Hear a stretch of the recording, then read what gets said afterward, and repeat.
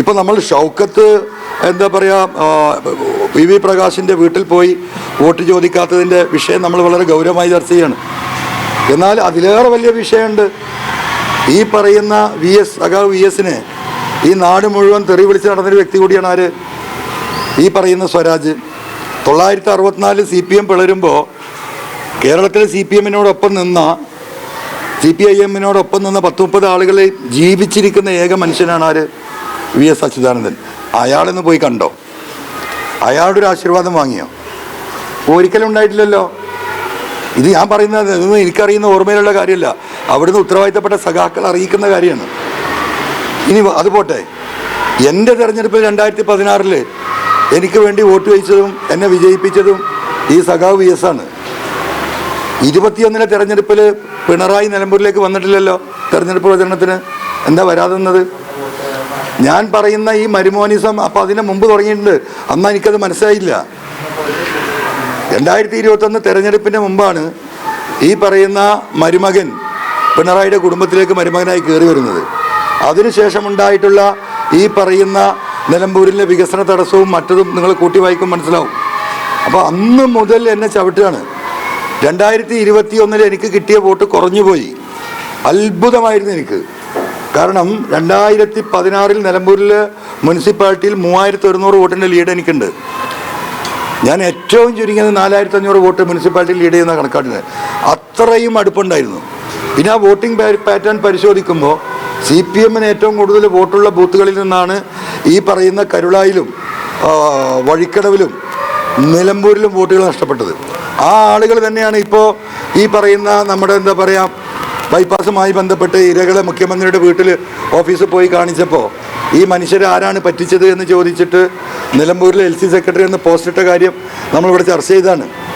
അപ്പോൾ ആ ഇലക്ഷന് മുമ്പേ തുടങ്ങിയിട്ടുണ്ട്. അപ്പോൾ ഇപ്പോൾ എന്താണ് വ്യാപകമായി എനിക്കതിനെ പറ്റി പ്രചരിപ്പിച്ചുകൊണ്ടിരിക്കുക. എവിടെയാണ് തുടങ്ങിയത്? നിലമ്പൂരിലെയും മഞ്ചേരിയിലെയും യോഗത്തിൽ ആയിരക്കണക്കിന് ആളുകൾ പങ്കെടുത്തപ്പോൾ എന്താ ഗോവിന്ദമാഷ് പറഞ്ഞു? അദ്ദേഹം SDPI-ൻ്റെയും ഈ പറയുന്ന ജമാഅത്തിൻ്റെയും പിന്തുണയാണ്.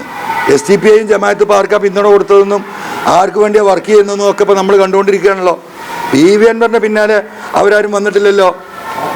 അപ്പോൾ അന്ന് എന്നെ ഒരു പ്രത്യേക തരം വർഗീയവാദിയാക്കാൻ ശ്രമം നടത്തി. അത് നിരന്തരം തുടർന്നു. പിന്നീട് എന്താ ചെയ്തത്?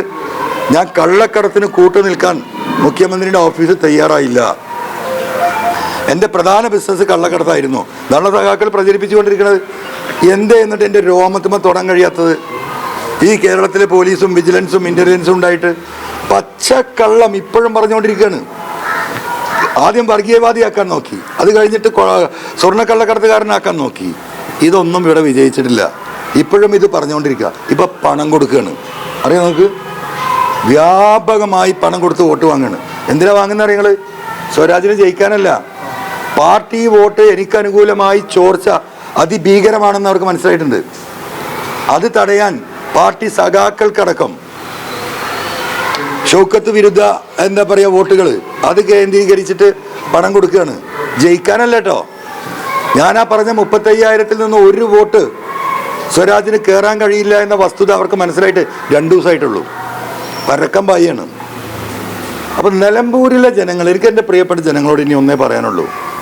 ഇത് നമ്മുടെ നിലനിൽപ്പിൻ്റെ പോരാട്ടമാണ്. ഇവിടെ ഒരുപാട് വിരുന്നുകാർ വന്നു അല്ലേ? എത്ര മന്ത്രിമാർ, എത്ര കേന്ദ്ര മന്ത്രിമാർ, MP-മാർ, MLA-മാർ. മുഖ്യമന്ത്രി ഒരാഴ്ചയായല്ലോ നിലമ്പൂരിൽ എന്താ പറയുക അവിടെ അടുക്കള ജരങ്ങുന്നത്. എന്താ ഇങ്ങനെ ഒരു ഗതികേട്?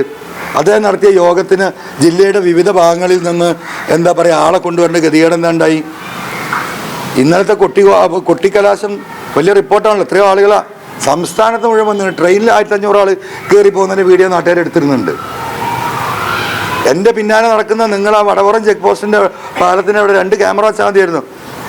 എത്ര ആയിരം ആളുകൾ അവിടെ വരുന്നുണ്ട്. ഞങ്ങളെന്താ ചെയ്തത്? 15-ാം തീയതി റാലിക്ക് ഞങ്ങൾ ഓരോ പഞ്ചായത്തിൽ നിന്നും ആ പഞ്ചായത്തിലെ ലീഡർഷിപ്പിൻ്റെ പിന്നിൽ ഒരു പൈലറ്റ് വാഹനം അനൗൺസ് ചെയ്തുകൊണ്ട് 100 കണക്കിന് ബൈക്കുകൾ ആ പഞ്ചായത്തിൽ നിന്ന് നിലമ്പൂരിലേക്ക് പുറപ്പെട്ട് അങ്ങനെ വന്നത്. 10 ആളെ കാണിക്കാൻ പറ്റില്ല നിങ്ങൾക്ക് വടവറം പാലത്തിൻ്റെ അപ്പുറത്ത്. ഇതല്ലേ വസ്തുത? എന്നിട്ട് ഇപ്പോഴും ഇങ്ങനെ പറഞ്ഞുകൊണ്ടിരിക്കുക.